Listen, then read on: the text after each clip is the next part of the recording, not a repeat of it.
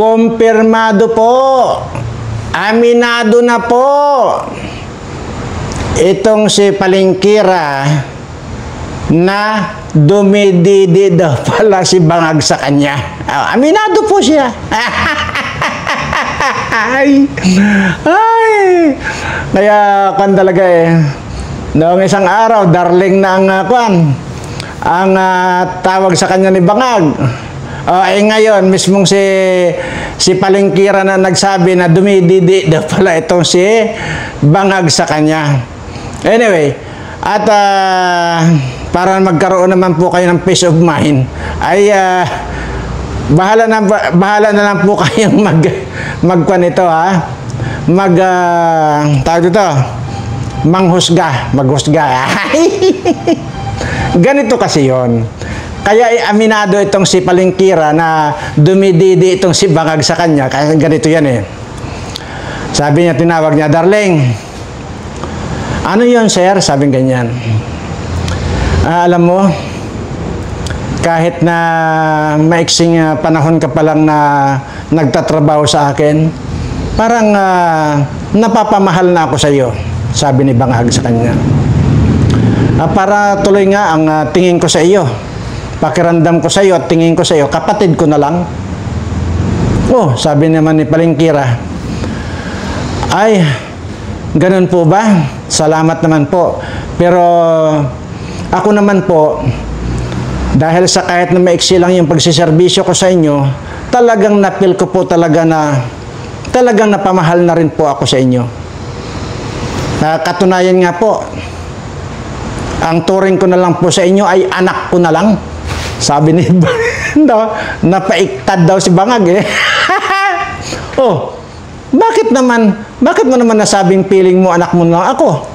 Kasi di ba araw-araw kang dumididi sa akin.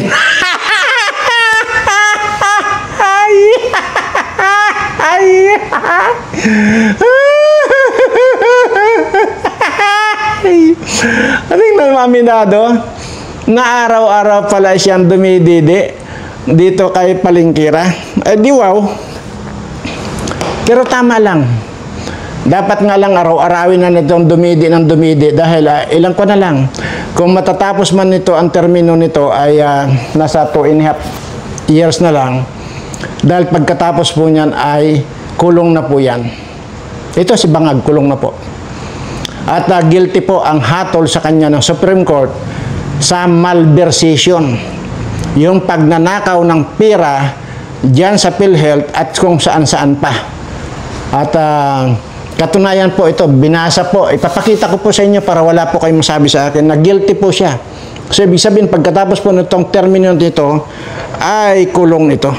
Kulong na po ito. Marcos admin hanatulang guilty sa technical malversation. Ayan. Yan po ay kon po yan ng Supreme Court. Okay, pakinggan niyo po.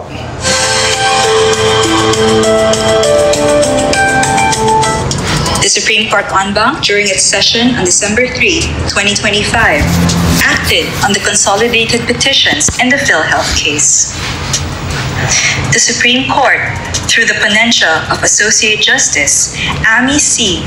Lazaro Javier, unanimously ordered the return of PhilHealth funds previously transferred to the National Treasury in the amount of 60 billion pesos and permanently prohibited the transfer of the remaining 29.9 billion fund balance.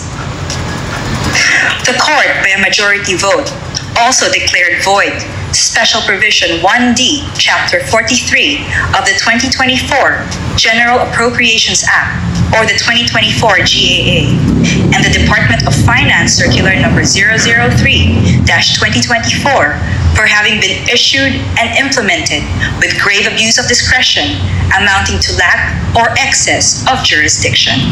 See? Special Provision 1D authorized the return of the fund balance or the excess reserve funds of GOCCs to the National Treasury to fund unprogrammed appropriations under the 2024 GAA. The DOF issued Circular Number 003-2024, directing the transfer of 89.9 billion pesos to the National Treasury, representing the fund balance or excess reserve funds of the PhilHealth. In compliance, the PhilHealth remitted 60 billion pesos to the National Treasury in 3 tranches. The Supreme Court issued a TRO against the transfer of the remaining 29.9 billion pesos PhilHealth funds and the further implementation of Special Provision 1D of the 2024 GAA and DOF Circular Number 003-2024. The Supreme Court struck down Special Provision 1D of the 2024 GAA for being a rider, a provision not germane or related to the bill's purpose. The Constitution requires all provisions of the GAA to be germane to its purpose to prevent surprise or fraud upon the legislature and to fairly inform the people of the bill's subject. A provision is considered germane if it is particular, unambiguous, and appropriate. While Special Provision 1D is particular in that it relates to the unprogrammed appropriations in the GAA, the Supreme Court found the provision ambiguous because it introduced the concept of a fund balance, a term not defined in the 2024 GAA. The Supreme Court also ruled that Special Provision 1D is void because it impliedly repeals Section 11 of the Universal Healthcare Act, or UHCA, and the sin tax laws. Under Section 11 of the UHCA, PhilHealth is required to maintain... Anyway, mahaba pa po kasi ito. So, isa lang po ang sinasabi nito, ako na lang po magpapaliwanag sa inyo, na yung pong ginawa nila, pati po itong si Recto na si Laway, yung pa nagsasalita parang punong-puno ng laway yung bunga. Ngayon Recto na asawa ni Bilba Santos, ang kapal na mukha nito, ay nag-order na para transfer sa Treasury yung actually 100 billion yan. 60 billion pa lang yun sa uli, yung remaining pinapasauli pa rin ng Supreme Court. Yan po yan. Kaya talagang napaka-malversation po ang kanito. Wala pong kanyan eh. Wala pong piyansa yan. Kaya ito pong dalawang ito, Recto at saka itong si Marcos ito, pagtapos po ng term nito, kulong ito. Maniwala kayo sa akin, kulong po yan. Ngayon, sa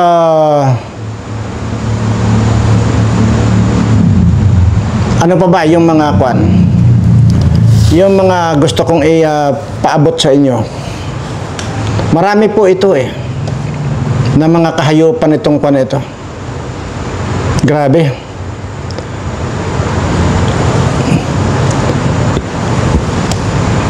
Oh. Amerika.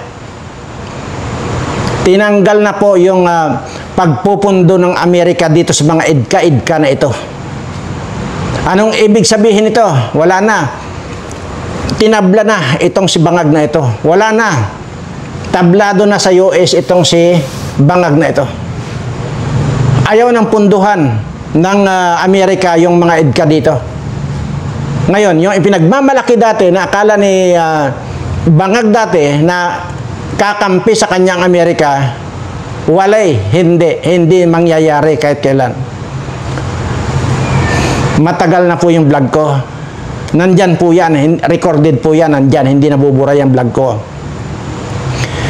Ang sinasabi ko po rito, dahil ayon dito sa mga observation ko, magmula pa nung araw, magmula pa nung mga gira ng mga Amerikano hanggang gira ng Japan na yan, ay alam ko ang kasaysayan na kahit kailan hindi haharap sa gira or hindi haharap sa hindi magpo-front ang Amerika sa labanan ng kahit na anong bansa. At hindi tayo totoong tutulungan ng mga Amerikanong yan. Ngayon, nangyari. Nandyan po yan sa vlog ko, kahit balikan nyo po yung vlog ko. So, ibig sabihin, totoo yung sinasabi ko. na hindi makikipag-away ang Amerikano para lang sa atin. Ngayon, maganda ngayon ang relasyon ng Amerika at saka China ngayon.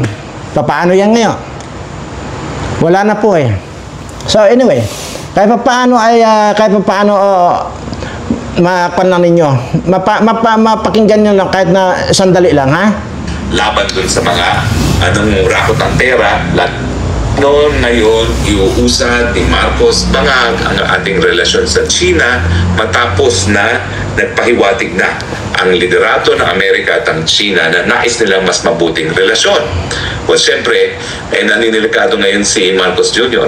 kasi kung wala nang matinding hidwaan sa panig ng Amerika at ang China, hindi na masyado importante ang Pilipinas. Correct. Na gagamitin niya kung magkakaroon nga ng gera sa panig ng Amerika at China, at ang magiging dahilan sa ganyang gera ay ang Taiwan. Pansinin niyo nga pala po nagsalita ng Amerika. Ayaw na nilang pondohan ang EDCA facilities at ang gusto nila, Taiwan ang pumondo. Bakit natin papayagan ang Taiwan pumondo sa mga EDCA sites na yan na naging malinaw naman na ang presensya ng mga Amerikano dito sa EDCA ay hindi para sa Pilipinas kundi para sa Taiwan? Correct! Ano naman ang obligasyon natin sa Taiwan para protektahan natin sila pag nagkaroon ng putukan kapag ang China ay magdesisyon na kuning sa pilitan pabalik sa kanya ang Taiwan? Ganun tayo naman. Anyway, mahaba pa po itong explanation ni Atty. Harry Roque. Pero ang pan po dito, ang bottom line po dito ngayon ay yung mga idka-idka na yan, kaya nilagay yan dyan dahil yung poprotektahan ng Amerika ang Taiwan, hindi poprotektahan ng Amerika ang Pilipinas. Kaya nga sinasabi ko, yung mga idka-idka na kung saan yung nakalagay idka, kayo ang mauunang mapupulpog dyan. Matagal ko na rin po sinasabihan. Nangyari, totoo. Yan ang sinasabi ko. Anyway, ano pa ba? Yung mga kahindik-hindik na mga balita ngayon. Ito. Si Rapi Tulfo. Napanood nyo na ba yung mga kumakalat ngayon dito? Na yung si Chelsea ba? Chelsea na yung siksi na kwan. Binulgar na niya si Rapi Tulfo. Anong sinasabi niya? Ito raw si Rapi Tulfo,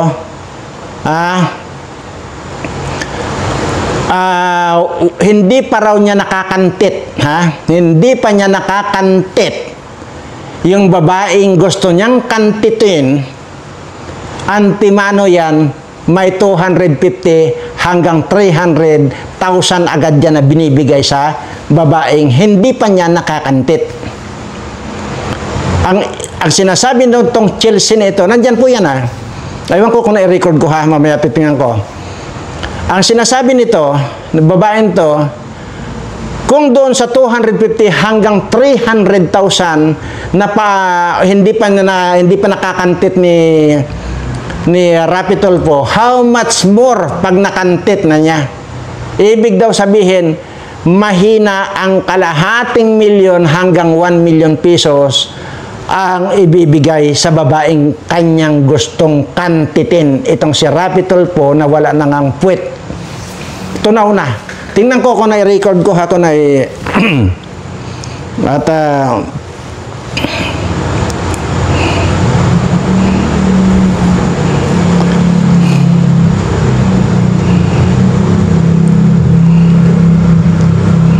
parang hindi. Nagkalat po yan. Nagkalat po ngayon sa social media yung interview ng mama na yun nga daw na 250 hanggang 300 ang ibinibigay sa paunang bayad pa lang na wala pang kantitan. Ganun agad. Tangina talaga. Grabe.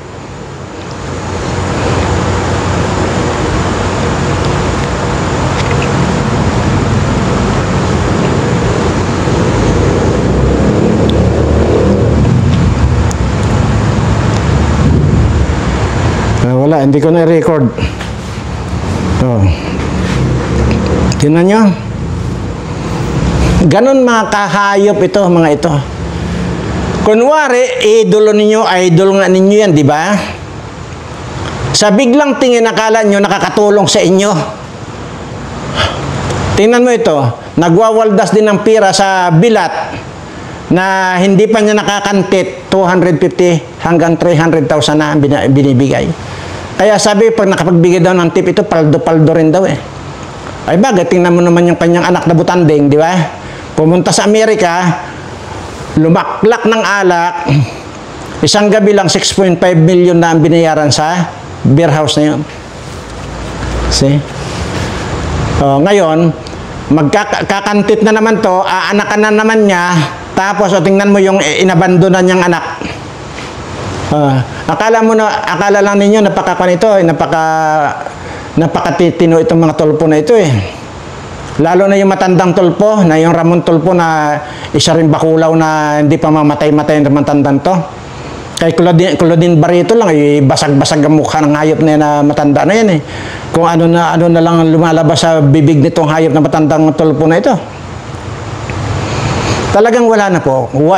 Sinasabi ko po rito sa inyo, wala na po kayong mapipili na matinong mga politiko. Unang salyada, pag-imbestiga sa PCSO. Galit na galit kunwari. Kinabukasan, maamo na kay Mil Robles. Ano yung bali-balita? Kayo na po, balitang-balita naman yan eh. Ganun kahahayop ng mga ito. Ito po yung sinasabi ko sa inyo. Ito yung kailangang mga politikong sinusunog pati kaluluwa. Kaya, uulitin ko lang po. Kahit na sino ang presidenteng ilagay ninyo dyan, kung hindi rin lang kriminal, maniwala kayo sa akin. Yun at yun pa rin ang buhay nitong ating mga mahihirap na kababayan. Tandaan ninyo yan. Sana nga lang ay hindi ko naman hinahangad yung kung ano pa. Sana nga lang pag nanalo itong si BP Sara, utusan niya ang Senado at saka Kongreso na magpasa ng batas na ang presidente ay pwedeng magpahiram ng power as OIC or Officer in Charge bilang tatayong presidente pangsamantala sa loob lamang ng isang buwan. Dapat may ganon. Para sa ganon, kung presidente na si Sara at may batas na ganon, ipahiram muna niya sa akin ng isang buwan ang kanyang power bilang presidente at tingnan tatagpasin ko isa-isang mga liig dito mga kawatang ito. Ibibidyo ko kung paano kung tagpasin ang mga liig dito mga ito. Tandaan niyo yan, itagaan niyo yan sa Bato ni De La Rosa, sa bunbunan ni Bato de la Rosa. Kung hindi magkatotoo itong sinasabi ko, maniwala kayo sa akin. Hindi ko lang gigilitan ito, matatagpasin ko pa. Nakakagalit. Nakakagalit. Ito pang putang inang pa na ito, Ramon Revilla. Makukulong na naman. Kulong na naman po ito. Next week po, kulong na. Makukulong na po itong si Ramon Revilla. Si Bong Revilla, makukulong. Baka kasama na po si Jinggoy na makukulong. Sila na naman. Dalawa na naman. Hindi na natuto. Ayan, Nagsalita na po ko yung kanyang dating empleyado na pinatotohanan na talagang kurakot itong si Bong Revilla na ito. Mismong tauhan niya ito. May bagong whistleblower. Isang dating tauhan daw ni former Senator Bong Revilla ang lumapit sa Bilyonaryo News Channel para idiin ang pagkakasangkot ng kanyang dating boss sa flood control corruption scandal. Ang detalye sa unang bahagi ng exclusive agenda report ni Hannah T. Tinakarga lang sa VIP car namin pero alam namin pera yun. Hindi kami pwedeng magbukas noon. Pag dinadala siya ng kontraktor, pag dinadala siya ng pera ni Yusik Bernardo. Pinatotohanan ng dating tauhan ni former Senator Bong Revilla ang kaugnayan nito kay dating DPWH Undersecretary Roberto Bernardo. Lumapit si alias J sa Billionaire News Channel para isiwalat ang mga kaalaman niya tungkol sa dating senador. Si Bernardo ang nagdetalye ng di umano'y pagtanggap ni Revilla ng kickback sa humigit kumulang 1.5 billion worth of projects in total. Sige, tama na po yan. Ay, Ninong. Malayo pa po ito. Matagal pa. Narinig nyo naman. Kano? 1.5 billion. See? Itong mga buwisit ng mga politikong ito ang nagpapasasa sa pira ng bayan, pero itong mga kababayan natin dito, hirap na hirap sa buhay, hindi na nga makaahon sa kahirapan, ganyan ang pinaggagawa itong mga politikong ito. Lord, kailan pa? Kailan mo pa ako ilagay dyan para tudasin ko na lahat itong mga politikong mga magnanakaw na ito? Sa bagay, kahit naman wala ako pag matiyempuhan ko lang itong mga animal na ito, oras lang na malapitan ko ito. Ang problema po, 2 bisis na po sana yung may inatimp ako na makalapit sana doon sa politikong yun. Ayoko nang po sabihin dito ngayon. 2 bisis po yun. Inatimp ko na makalapit. Yung makalapit man lang ako at maipatong ko man lang itong mga daliri ko sa ulo niya. Yun lang sana. Ang problema po talaga, hindi talaga. Wala talagang pagkakataon na makalapit ka sa mga hayop na ito. Ang dami-dami pong mga bodyguard. Yung mga personal bodyguard, mga 50 po yan. Hanggang 100 po ang mga bodyguard niyan. Kaya po hindi ako nakalapit. Dahil oras lang talaga na makalapit ako sa isa dito sa mga politikong magnanakaw na ito, sinasabi ko sa inyo, ibibidyo ko, tatadtarin ko ng pino itong mga hayop dito. At hanggang sa pagkalderita ko sa kanila, ibibidyo ko yan. Tapos pagkatapos niyan, saka ko ipapalamon dito sa buaya na nandito sa basement ko. Nakakagalit. Ang dami-dami nating mga kababayan ang hirap na hirap sa buhay. Napakarami nating mga kababayan ang walang masaing. Tapos ito ang mababalitaan mo. Bilyon-bilyon ang mga pinagnanakaw nitong mga hayop ng mga politikong ito. Saan pa pupulutin itong mga kababayan natin?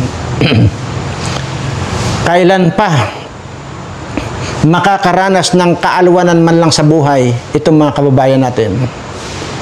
Alam nyo, ang hinihingi ko lang sana dito, yung bang tipong kumain sila sa oras, yung makakain sila ng maayos na 3 times a day, may merienda pa. Okay na po sana yun Ang problema po ngayon, 1 linggo, 1 buwan, hindi na po nakakain tong mga ito. Nagtitiis na lang po kung ano yung makakalkal nila mga kamuti o balinghoy dyan. Sa dami po.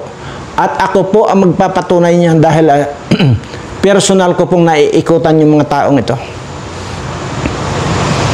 Kaya nga po, ganun na lang ang galit ko sa mga hayop na ito pag nababalitaan kong ganito. Nagpapasasa sila sa mga ninanakaw nilang pera ng bayan. Pero ito, napakarami nating mga kababayan ang hirap na hirap sa buhay at wala nang masaing. Sana talagang may papakulong na talaga yung mga animal na yan. Pero ang tansya ko rito, yun lang hindi lang sumasang-ayon kay Bangag ang ipinapakulong nitong si Bangag. Tingnan natin. Kung mayroon pang maipapakulong siya ng mga iba pang mga politiko. Pero next week po, kulong na po ito si Bong Revilla. At sana si Jinggoy na rin. Talagang tarantado itong mga ito. Hindi na nagsawa sa kananakaw ng pera ng bayan. At ba walang kakontintuhan itong mga animal na ito? Bakit ba talagang hindi na nabubusog itong mga bullshit na mga politikong ito? Grabe. Sobra. Anyway, talagang nanggagalaiti ako At pasensya na po muna kayo. Kung wala po muna ako may tuturo na mga kailangan ninyong mga gawin. At Wala, hindi po ako nakapag-concentrate, di ako makapag-concentrate eh. Talagang kumukulo ang dugo sa ulo ko. Madinin mo yan. Bilyon, trilyon po ang pinag-uusapan. Lahat po ng mga senador. Yan. Akala nyo si Lito Lapid, hindi umiimik yan. Isa rin pong kurap yan. Tingnan mo ha. No read, no write ang putang ina. Pero marunong magkurap. Yun ang sinasabi ko. Ang tatalino nitong mga animal na itong mga urap. Pero mga bubo itong mga hayop na ito. Wala silang alam. Sa totoo lang. Wala silang alam kung hindi ang palubuhin yung mga bulsa nitong mga hayop na ito. Yan lang, no read, no write yung hayop na yan. Ang sinasabi niya dati, pag napatunayan daw na nakapangalan sa kanya yung lupa ng pinagtayuan ng kwan, ng Pogo, aalis daw siya sa pagkasenador. O, tingnan mo, napatunayan. Pero hindi umalis. Tarantado talaga itong mga hayop na ito. Lahat ito. Itong Joel Villanueva, di ba't nakwan yan? Na-controversial yan sa TISDA. Tapos ngayon nagnakaw ulit palang hayop ito. Ano pa ba yung mga kwan? Ewan ko. Hindi ko na alam, hindi ko na maintindihan kung ano pa itong mga pinaggagawa nitong mga hayop na ito. Ano ba ito?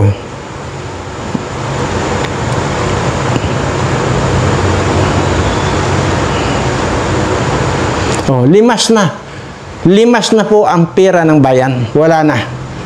As in, wala na. Ito na po, limas na. Ito, hindi naman po magsasalita si Ted Pilot kung hindi talagang rin eh. Kaya naman maging ang mga terminal ngayon sa NAIA ay naisa pribado na rin. Kaya nga, mas mahal na ang terminal fee. Kapos sa pera ang gobyerno. Kaya ang ating mga expressway, maging ang Skyway, ay tinatatakbo ngayon ng mga pribadong kumpanya na obligadong, syempre, maningil at magtaas ng toll fees para mabawi ang puhunan. Ang LRT1 ay nasa pribado na rin ngayon. Susunod na po ang LRT2 at MRT3. Ang MRT7 ay ginagawa na po ngayon ng pribadong kumpanya. Ay, putang ina. Hayop. Ang North-South Commuter Railway ay nasa ilalim din ng PPP. At maging ang binubuo ngayon na Metro Manila Subway Project ay inuutang din natin. Kalaunan, ipauubaya rin sa pribadong sektor ang operasyon at maintenance ng mga ito. Kasi nga naman, kapos sa pera ang gobyerno. Kapos daw sa pera ang pamahalaan. Paano ninakaw na nila lahat? Maging ang mga terminal ngayon sa NAIA ay naisa pribado na rin. Ay, putang ina. Yun. Lahat talaga nasa pribado na lahat.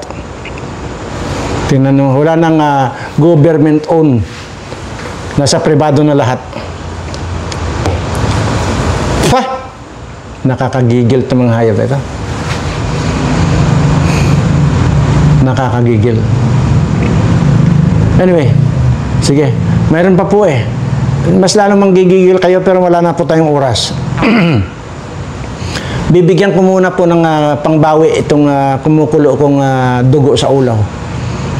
Yun pong yun pong makakapanood dito. Lalo na kung kayo ay nagtataglay na mukhang butiki pagkapangit-pangit ninyo at gusto ninyong gumanda at gumwapo. Pindutin nyo lang po ang subscribe dito sa Birana Live Studio TV. Once na napindot ninyo, matutulog kayo. Paggising nyo sa umaga, manalamin kayo. Kamukha nyo na si Abante na mukhang bayawak. Ayan po. Maraming salamat po at sa lahat po ng aking mga subscriber. Mahal na mahal ko po kayong lahat.